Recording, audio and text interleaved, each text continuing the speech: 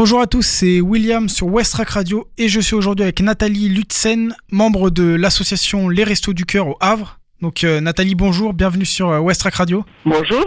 Alors, dans un premier temps, est-ce que vous pouvez vous présenter aux auditeurs et présenter votre rôle au sein des Restos du Cœur ? Oui, tout à fait. Eh bien, je suis présidente de l'association départementale 76L, c'est-à-dire 76 littorales. Nous couvrons toute la région du Havre à Fécamp avec 2 chantiers d'insertion sur Dieppe. Nous avons donc, c'est une association qui a 12 centres plutôt, et donc 2 chantiers d'insertion, comme je disais, sur Dieppe. Les centres, ce sont des centres de distribution alimentaire, mais nous ne faisons pas que de la distribution alimentaire. Nous faisons ce que nous appelons aussi l'aide à la personne, c'est-à-dire l'aide pour orienter les personnes accueillies pour le logement, la santé, l'emploi, le budget. Donc un certain nombre d'activités à côté de l'alimentation. Et donc avec le deuxième confinement, comment du coup vous avez adapté votre activité ? Est-ce que ça a été compliqué de s'adapter ? Non, pas du tout. Alors ça a été peut-être plus compliqué au premier confinement parce qu'on n'était pas préparé, et là il a fallu très vite s'adapter en faisant en amont à l'entrepôt au Havre des colis préparés, prêts à distribuer, avec essentiellement des produits, ce qu'on appelle nous ambiants, c'est-à-dire pas de produits frais, pas de conservation au réfrigérateur. Ça, c'était tout au début. Très vite, même les centres se sont adaptés, ont fait eux-mêmes leurs colis et ont rajouté au dernier moment des produits frais pour pas rompre la chaîne du froid. Là, on n'a pas changé. En fait, c'était la distribution normale. On prépare les colis en amont et on les donne aux personnes accueillies. Avec le début de la campagne d'hiver qui a démarré en début de semaine, là, eh bien, nous faisons maintenant rentrer les personnes accueillies dans les centres et on reprend une distribution où les personnes accueillies vont avoir le choix entre plusieurs produits. Et vous, du coup, dans l'association, comment vous appréhendez c'est la période hivernale qui arrive avec la crise sanitaire en plus ? Alors, comme on vient de démarrer la campagne, on ne sent pas trop la crise actuelle. Je pense que ça va arriver petit à petit. Les centres continuent presque tous les jours d'inscrire de nouvelles personnes. Et peut-être qu'effectivement, après les inscriptions des personnes qui venaient déjà dans la campagne précédente, je pense qu'on va voir apparaître une nouvelle population. Par contre, on a un petit peu plus d'étudiants. On sent que les étudiants ont moins de ressources. Ouais, justement, c'est la question que je voulais vous poser. En ce moment, qui sont les gens qui font le plus appel au Resto du Cœur et quelle tranche d'âge vous voyez en grande partie ? Alors, tranche d'âge, c'est vraiment... y a toutes sortes de personnes. Hein. Y a des personnes seules, beaucoup de personnes seules, de femmes seules avec enfants. Très peu de grandes familles, on en a un petit peu, mais très peu. On voit plus des personnes seules, soit au chômage, soit en difficulté momentanée financière.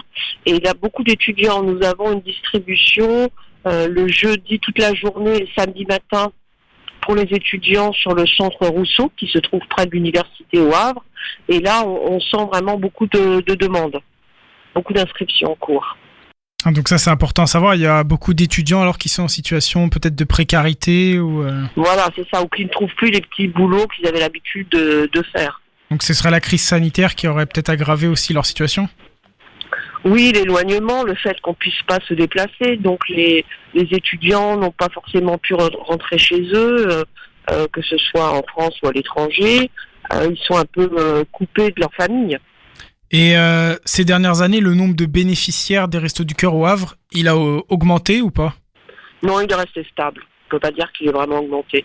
Ça fait longtemps, hein, les étudiants, ça fait très longtemps qu'on a beaucoup d'étudiants. Rien que l'année dernière, on avait 500 étudiants inscrits. Hein. Donc oui, c'est beaucoup. Vous pensez que ce chiffre, il devrait rester stable ou il pourrait évoluer dans les années qui viennent ou... Bon, vis-à-vis des étudiants, on sent qu'il y a une demande en hausse. Par rapport à l'autre population, je pense malheureusement qu'avec tous les problèmes d'emploi, on risque de faire face à un accroissement de la population. Alors on donne, surtout je le dis pendant l'interview, c'est que les gens ne peuvent pas se présenter comme ça dans les centres parce qu'avec la pandémie, nous ne prenons les gens que sur rendez-vous. Donc les personnes ont des rendez-vous à peu près toutes les 5 minutes. Ils doivent téléphoner et s'inscrire avant de venir. Concernant les bénévoles, est-ce que vous avez des difficultés à en trouver en ce moment ? Alors les bénévoles, il y en a un certain nombre qui s'est mis en retrait parce que à cause de leur âge ou de leurs problèmes de santé.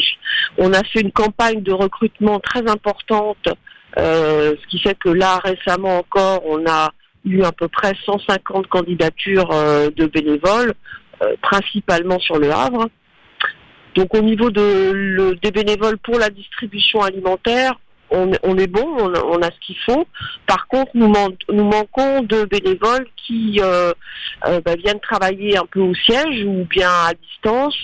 Et en particulier, on recherche des personnes qui pourraient s'occuper des centres, ce qu'on appelle nous suivi de centre. Il nous en faudrait 2 sur la campagne et 2 sur le Havre. Nous aurions besoin de formateurs aussi. Voilà, on recherche plutôt des personnes qui aimeraient prendre des responsabilités et s'engager. Et est-ce qu'il y a d'autres missions à effectuer au sein de l'association que vous n'auriez pas citées ? Oui, il y en a toujours, c'est pas exhaustif, un trésorier adjoint, un président adjoint, oui, il y a beaucoup de missions qui sont pas pourvues, mais encore une fois, plutôt des missions à responsabilité. Et du coup, si certains auditeurs souhaitaient devenir bénévoles, comment doivent-ils s'y prendre ? Alors, on a une adresse mail pour envoyer les candidatures, c'est ad76b. Siège, SIEGE, sans accent, @restoducoeur.org. Resto, c'est RESTOS, et du cœur en attaché. En termes de dons et du nombre de donateurs, où en est la situation en ce moment ? Alors, au Havre, je ne peux pas vous dire précisément parce que c'est pas moi qui gère la trésorerie et notre comptable est actuellement en congé maternité, elle reviendra en janvier. Nous avons peu de dons, c'est-à-dire ce qui est, si les personnes peuvent faire des dons, c'est sûr que ça nous intéresserait.